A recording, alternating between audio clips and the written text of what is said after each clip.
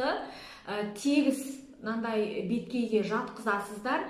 Себебі бастың бүгілулері болса миға қан дұрыс түспей науқастың жағдайы нашарлауы мүмкін. Сондықтан науқасты тегіс мынандай беткейге жатқызып, науқастың кеудесін қысатын киімдердің бәрін ашып тастаймыз.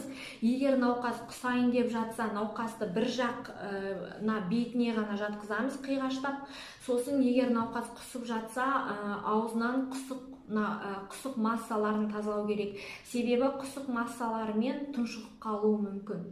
Осы симптомдарды есте сақтаңыздар, ауырмаңыздар, өздеріңізді